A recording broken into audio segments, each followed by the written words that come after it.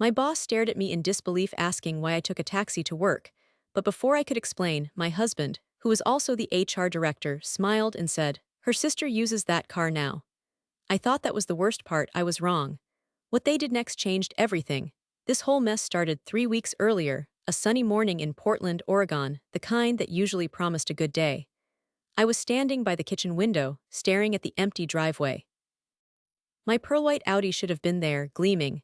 It was a company car, assigned to me when I was promoted to Senior Solutions Architect at Horizon Tech, a title I'd worked 5 long years to earn.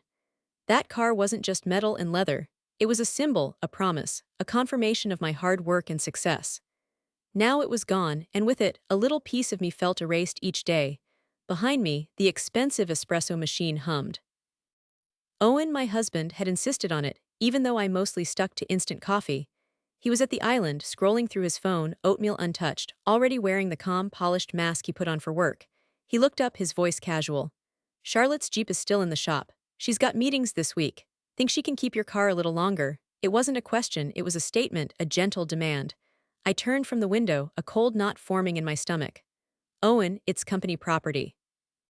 It's assigned to me. If anything happens, I'm the one on the hook." His eyes met mine, that familiar look of quiet disappointment dressed up as reason. It made every normal boundary feel selfish.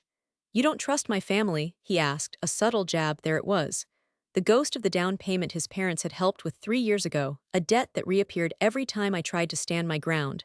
When his mother called too late. When his brother needed a favor. When Charlotte, his younger sister, needed another rescue. Every request became a test of my generosity, my worth. "Of course I trust them," I said, the words leaving my mouth automatically, a habit I hated. Owen smiled, satisfied, and went back to his phone. "You're the best," he murmured, and that was that. 2 days became 5. 5 became 10. 10 became 3 weeks.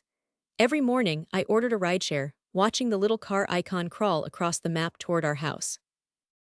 Each trip to Horizon Tech felt like a small, daily humiliation, and the cost was adding up. My designated parking spot at work sat empty, a glaring hole. My assistant noticed. My team noticed. I found myself apologizing more, explaining more, arriving with damp hair and a forced smile, hoping no one would look too closely. But the truth was, the car was never only the car. It was the credit card he had opened in my name because the points were too good to waste. It was the entire weekend. I lost organizing his mother's charity board event because he'd already volunteered me. It was the dinner parties where I'd start explaining a complex system I'd built, and Owen would gently interrupt to explain what I really meant, in simpler, friendlier terms, until my own work sounded like something I'd barely touched. It was the promotion dinner last year, where he gave the toast about my career like I was lucky to be introduced to it. Each thing small enough to excuse, but together they were large enough to reshape my entire life. By the Tuesday of the leadership meeting, I was tired in a way sleep couldn't fix. The rideshare dropped me outside Horizon Tech at 8:52 a.m. Glass, steel, and the brisk Portland air. I paid the driver, grabbed my laptop, and crossed the lobby, making it into Conference Room B with 8 minutes to spare. Elena Rodriguez, my boss, was already there, her gaze sharp and intelligent. Marcus had his travel mug. Jennifer had her planner open, color-coded. 2 junior architects were whispering over a shared dashboard, and Owen stood by the window in his crisp navy suit, his HR director smile, the one that made everyone else think calm and made me think careful. We had left the house in silence 40 minutes earlier, and now he looked at me like we were simply colleagues in the same room. The meeting moved through Q4 priorities, integration timing, client renewals, budget forecasts. I heard most of it, answered when spoken to, even took notes. But underneath it all, I could feel that missing car, an invisible elephant in the room. Then laptops started closing. Chairs shifted back, people reached for phones and coffee. "Vivian, stay for a minute," Elena said, her voice clear. The room emptied in stages. Marcus first, then Jennifer, then the juniors. Owen stayed. He didn't sit, he remained near the window, phone in hand, pretending to finish something quick. Elena closed the door, then turned to me, her direct kindness leaving nowhere to hide. "Vivian, why did you come in a taxi today?" I held her gaze, a knot tightening in my chest, and said nothing. Her voice remained even, a slow, deliberate question. "What happened to the car we gave you with your promotion?" I opened my mouth, 100 excuses and apologies ready to tumble out, but before I could utter a word, Owen stepped forward, a genial smile on his face, a perfect picture of the helpful husband. Oh, Alina, Charlotte needed it, he interjected smoothly. Her Jeep S in the shop, you know. Vivian's just being a good sister-in-law, helping out for a few weeks. Alina's eyes, which had been fixed on me, now flickered to Owen, then back to me, a deep frown creasing her brow. The silence that followed was heavy, thick with unspoken questions. I thought the earth would swallow me whole right then, but that was just the beginning. Alina didn't say anything to Owen directly. She just looked at him for a moment, then back at me, a silent conversation passing between us. Vivian, she said, her voice softer now but with an underlying steel, I understand family emergencies, but a company vehicle is a professional asset, not a personal favor. We gave you that car to facilitate your work, not to loan out. This reflects on the company and on you. My heart sank. I felt like a child being reprimanded, Owen standing there, smug and superior, having effectively thrown me under the bus and then patted himself on the back. I wanted to scream to defend myself, but the words caught in my throat. Later that day, back home, the air was thick with unspoken tension. I confronted Owen, my voice trembling with a mixture of anger and desperation. How could you do that? Humiliate me like that in front of Alina, my boss? He merely scoffed, tossing his keys onto the counter with a clatter. Don't be so dramatic, Vivian. It was just a little white lie to cover for Charlotte. She really needed it. Are you really going to make a fuss over a car when my family helped us with the down payment for this house? There it was again, the down payment, his trump card, always ready to be played. He made me feel ungrateful, selfish, cold. I tried to explain the professional implications, the embarrassment, the cost of the ride shares. He waved a dismissive hand. It's a temporary inconvenience, you're overreacting. We'll get it back to you next week, promise. But I knew better. His promises were as empty as my driveway. The next week, Charlotte called. She'd gotten a parking ticket with my company car and expected me to pay for it. It's your car, Vivian, so it's your responsibility, she'd chirped, completely unapologetic. My blood ran cold. This wasn't just an inconvenience, it was a liability. I checked my bank statements and discovered even more alarming news. The credit card Owen had opened in my name, the one for points, had several large unexplained charges. A lavish dinner, an expensive new gadget, a weekend getaway, none of which I had authorized or even known about. My gut twisted with a sickening dread. This wasn't just about the car anymore. This was about Owen systematically using me, my name, my position, and my finances for his own benefit and his family's. This felt like a betrayal so deep it chilled me to the bone.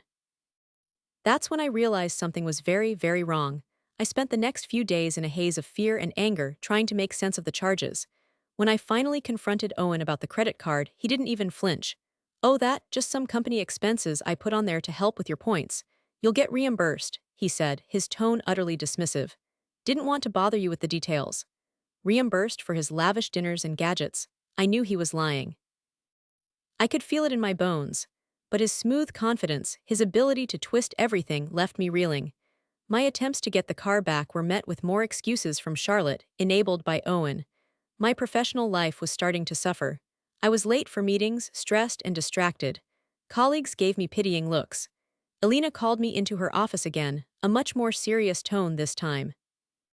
She wanted to know what was going on, why my performance metrics were slipping, why I was constantly coming in exhausted.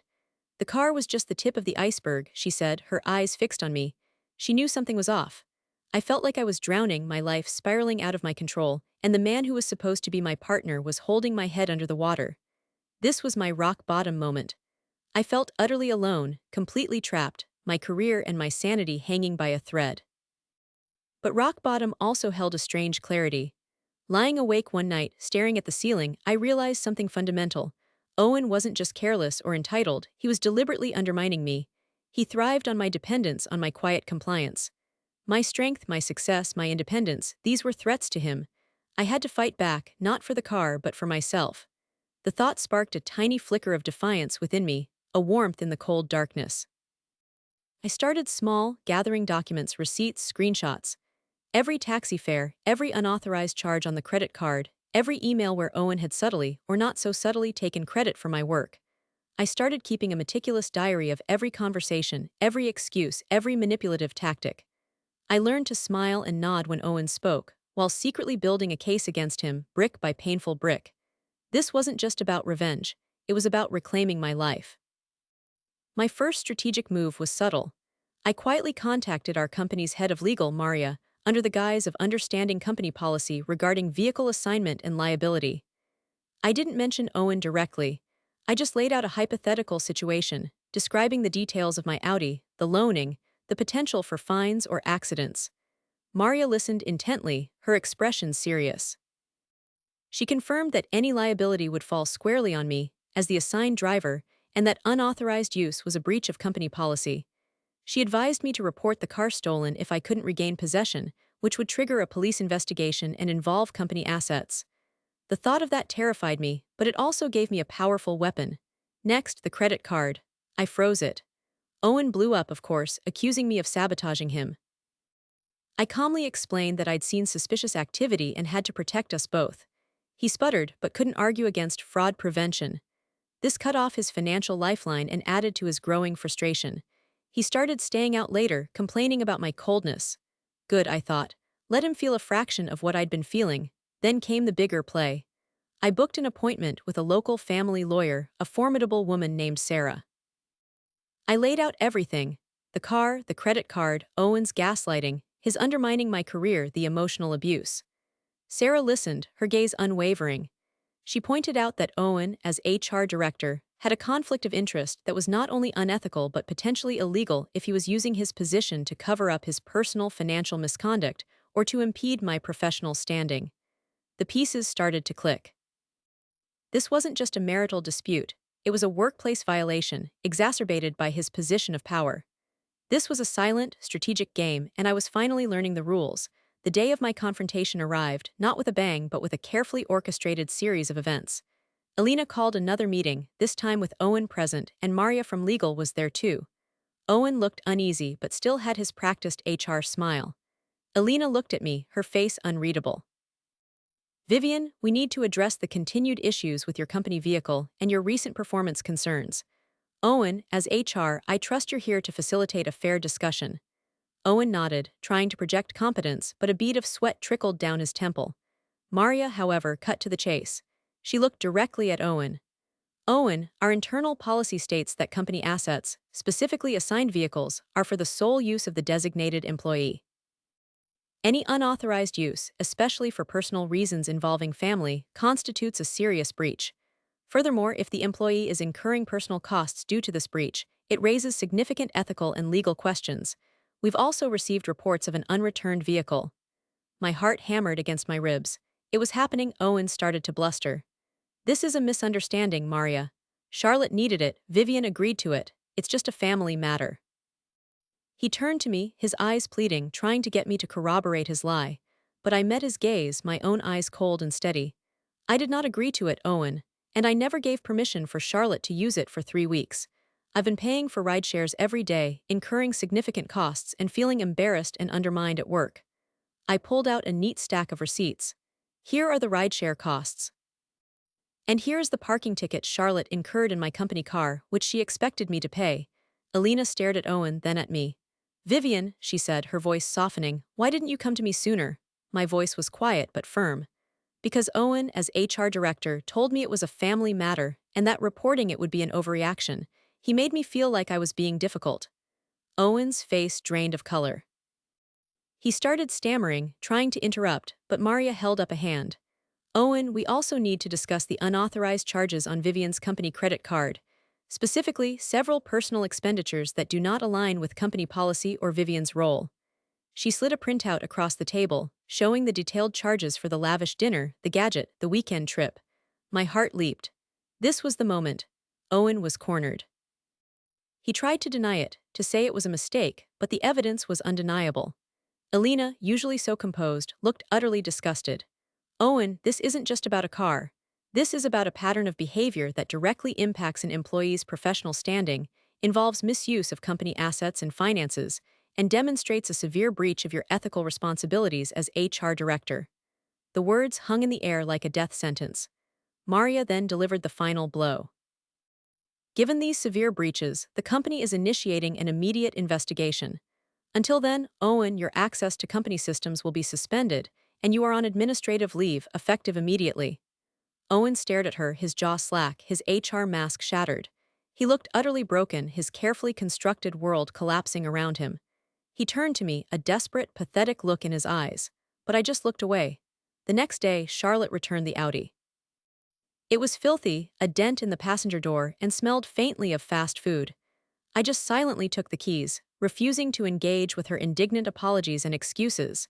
She drove away in an old, beaten-up truck, her face red with humiliation. The company car was back, but more importantly, my sense of self was returning. Owen was eventually fired.